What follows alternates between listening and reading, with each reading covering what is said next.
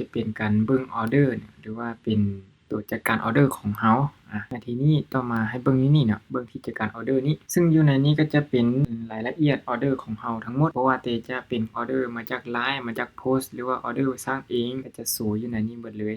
อยู่ในนี้ทำอิฐเลยเนี่ยตัวบล็อกอยู่ถึงนี้จะเป็นสถานะของออร์เดอร์เราอันนี้จะเป็นสถานะยอดเงินบ่ถูกต้องออร์เดอร์เข้าบ่ยอดเงินแจ้งบ่โอนบ่หั่นรอท่ายืนยันบ่จนไปฮอดที่กดสอบเรียบร้อยหั่นโอเคอันนี้จะเป็นสเตตัสของหรือว่าสถานะของออร์เดอร์แล้วก็อยู่ในนี้ก็จะเป็นบล็อกของออร์เดอร์เนาะ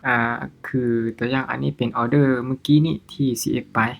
มีออร์เดอร์นี้โอเคเป็นออร์เดอร์ที่สถานะบอกว่าออร์เดอร์เข้าเนาะอันนี้เป็นออร์เดอร์เข้าแล้วมันก็จะมีชื่อลูกค้าแล้วก็มีรหัส CF แล้วก็พร้อมกับสรุปยอดให้ประมาณนี้อันนี้จะเป็นออร์เดอร์เนาะถ้าหากว่าลูกค้าผู้นั้น CF เข้ามาระบบก็จะแจ้งหรือว่าส่งข้อความไปหาลูกค้าแล้วก็ลูกค้าก็แค่กดเข้าลิงก์ตัวนั้นลูกค้าหลังจากที่ลูกค้าชำระเงินแล้วนะสถานะออร์เดอร์มันก็จะเปลี่ยนไปเป็นออ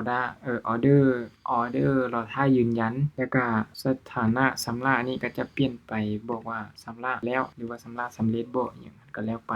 ก็สิประมาณนี้เนาะสำหรับตัวจัดการออร์เดอร์ซึ่งอยู่ในนี้เราสามารถสร้างออร์เดอร์เองให้ลูกค้าได้ตัวอย่างว่ามีลูกค้าทักทางข้อความมาสิเราอยากสร้างออร์เดอร์ให้ลูกค้ามันสิมีบ่อนสร้างออร์เดอร์เองกดเข้าไปปุ๊บเข้ามาเนาะทำอิฐเลยมันสิมีให้เลือกประเภทจ่ายเงินแล้วก็วันที่เดือนปีอันนี้ก็เอาตามเริ่มต้นนี้ให้เลยเนาะแล้วก็ใส่ชื่อลูกค้าแล้วก็พร้อมกับเบอร์โทรลูกค้าหั่นแล้วก็ข้อมูลขนส่งหรือว่าข้อมูลที่จะส่งหาลูกค้าหั่นก็คือข้อมูลปลายทางเนาะมีขนส่งหยังแด่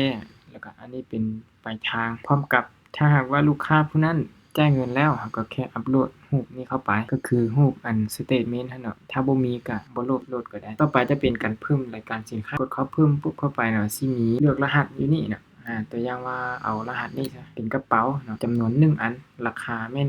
29บ่แน่ใจว่าเป็นดอลลาร์หรือบาทขอเบิ่งอยู่นี่ประมาณนี้แล้วก็จำนวนทั้งหมดนี้มีเท่าใดหั่นต่อไปบันทึกเลยเป็นบาทเนาะโอเคเป็นบาทเนาะก็สิได้รายการ1นี้ขึ้นมาถ้าอยากได้เพิ่มก็แค่มานี่แล้วก็เลือกเอาสินค้าใหม่หรือว่ารหัสใหม่หั่นตัวอย่างว่าเอารหัสนี้แล้วก็กดบันทึกไปแล้วก็สรุปยอดให้ประมาณนี้หลังจากที่ป้อนข้อมูลนี้สำเร็จแล้วนะต่อไปจะเป็นการบันทึกเลยเบอร์โทรยังบ่ป้อนข้อมูลลูกค้าเนาะเบอร์โทรอาจจะใส่ตัวอย่างไปก่อนเนาะแล้วก็ใส่ข้อมูลอันนี้ใส่ข้อมูลขนส่งมีสายโบสอันนี้เป็นปากทางสีโคตรนครประมาณถ้ามีรูปก็อัปโหลดไปเนาะถ้าบ่มีก็กดบันทึกไปเลยปุ๊บโอเคอันนี้ก็จะเป็นการสร้างออร์เดอร์เองถ้าสร้างออร์เดอร์เองมันก็จะบ่มีชื่อลูกค้าเนาะก็จะบ่มีอันรูปเนาะรูปลูกค้ามีชื่อแต่ว่าบ่มีรูปเนาะแล้วก็สิเป็นประมาณนี้เป็นออร์เดอร์นี้แล้วก็เราสามารถมา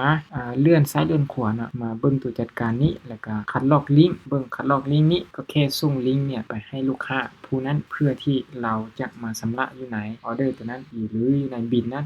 อยู่ในออร์เดอร์นี้เราสามารถเบิ่งรายละเอียดได้กดเข้ามาปุ๊บมันสิมีข้อมูลของลูกค้าอันนี้จะเป็นรูปชำระหั่นแล้วก็จะมีรายการออร์เดอร์โอเคอันนี้จะเป็นรายละเอียดของออร์เดอร์แล้วก็ขนส่งสรุปยอดต่างๆอยู่ในนี้ให้แล้วก็มีแก้ไขออร์เดอร์นี้อยากให้เป็นสถานะออร์เดอร์หยังก็อัปเดตไปจะมีอีกตัวสุดท้ายตัวจัดส่งซึ่งจัดส่งนี้เป็นกรณีที่ลูกค้าจ่ายเงินแล้วก็ขนส่งอีหยังเบื้องนั้นแล้วล่ะนะทางห้างก็มาจัดส่งแบบนี้เพื่อที่จะได้บิลหรือว่าได้เลขเช็คกิ้งนำขนส่ง